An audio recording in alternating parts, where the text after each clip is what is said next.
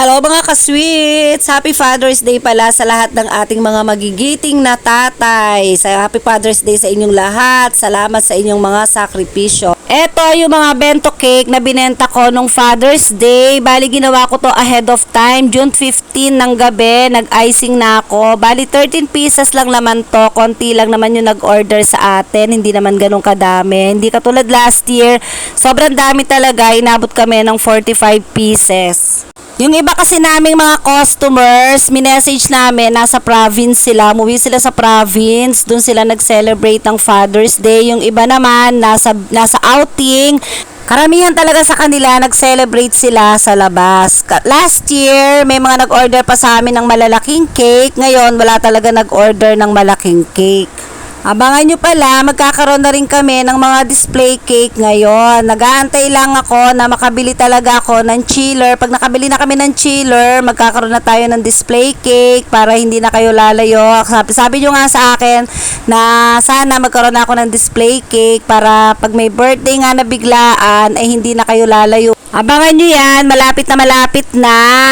Ipopost ko naman kapag nagkaroon na kami ng display cake. Kasi hindi talaga ako makatanggap ngayon ng rush order. Pero itong bento cake pala, lagi ko naman sinasabi sa vlog ko, nag-a-accept kami ng rush order nito. Dahil ito nga ay almost everyday talaga may nagra-rush order sa amin ng bento cake. Kaya hindi ako pwedeng mawalan talaga ng stock.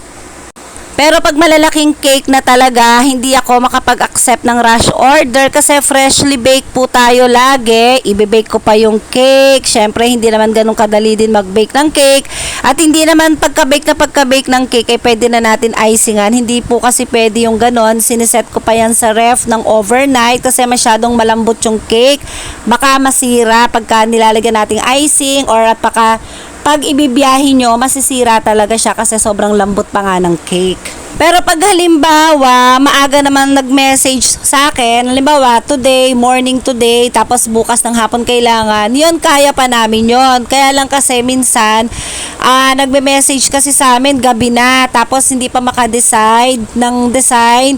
So, magme-message sa amin, mga madaling araw na, tapos bukas na kailangan, hindi na talaga yun kakayanin. Kaya dapat, pagka mag-order kayo ng rush order, yung sure na kayo, may design na, at talagang alam nyo na kung ano yung gagawin doon sa cake para i-order nyo na lang, magagawa ko kaagad din kinabukasan, pwede nating ma-deliver. Pero kung gabi na tapos hindi pa maka-decide, hindi na talaga yun kakayanin. Balik pala tayo dito sa cake na aking ginagawa. Ang ginamit ko pala ditong icing ay buttercream. First time ko lang talaga gumamit ng buttercream. As in first time lang. Kasi sabi ko, para maiba naman yung panglasa na matitikman ng ating mga customers. Hindi naman laging whipping cream na lang yung kanilang natitikman. So, syempre, tinaste test muna namin to bago namin to i-market yung icing na to kung talagang okay. So, tinry muna namin. Gumawa muna kami ng para kakainin lang namin. So, ayun, napakasarap.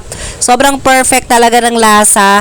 Parang mas nasasarapan pa ako kaysa gagamit ako ng whipping cream. And mas stable talaga siya kasi pag ni-ref mo, tumitigas talaga yung icing. Kaya, para sa akin, parang mas okay gamitin ang buttercream. Kaya pala, karamihan, doon sa may mga shop na talaga na mga baker, talagang ginagamit nila talagang icing talaga is buttercream. Bukod sa matagal na nga itong masira, mas ma-stable pa siya, at saka mas safe pag ibibiyahe talaga yung cake. Nanonood din kasi ako ng mga sikat na mga baker, yung mga vlog nila, pinapanood ko talaga. Shout out pala kay Miss Krisha, ayan, siya talaga yung lagi kong pinapanood. Ang gamit niyang icing is buttercream din. Kaya sabi ko nga, matry nga din ng buttercream. Karamihan nga nang nag-feedback sa customers niya ay talagang sobrang nasasarapan talaga sa cake niya. Kaya nung kami, sabi ko nga matry nga itong buttercream and nag-taste test nga muna kami nila Papa Tobe tsaka ni Trevor. Grabe, masarap talaga, promise, as in masarap talaga. So, eto nga, ganyan palang design ang ginawa ko sa aking mga cake. Para maiba naman, nilagyan ko lang siya ng mga design sa gilid. And tapos, nilagyan ko lang din siya ng printable toppers. Katulad nga ng ginagawa natin taon-taon. Ito nga, nagkaroon pa ako ng struggle sa pagpapipe ng chocolate dyan sa aking cake. Ayan o, kasi ginamit ko maliit na tip, hindi pala maganda. Kaya ito, binalitan ko na lang siya ng mas malaking tip. Ayan, mas napadali pa yung aking trabaho. Kasi nga sabi ko, konti na lang yung aking chocolate. Para makatipid ako, maliit na tip na lang yung aking gagamitin. Pero kaya lang, dami ko rin nasayang na chocolate dyan. Tinanggal ko ulit sa cake. Nakabitan ko na yan. Tinanggal ko lang ulit dahil hindi nga ako nagagandahan. So, nasayang lang, di ba? Kaya ayan, malaking tip na lang ginamit natin. Ang pinipe ko pala dyan is chocolate cake para magkaroon naman ng parang blending yung ano niya, yung lasa. Ayan, buttercream and chocolate. Ayan, napakasarap talaga na combination yan. Kaya sa mga nag-order sa akin, feedback na lang kayo sa comment section kung anong lasa ng cake natin. Pero may isa nang nag-comment sa atin na yun nga, napakasarap nga daw ng cake. Ayan, may tumatawag.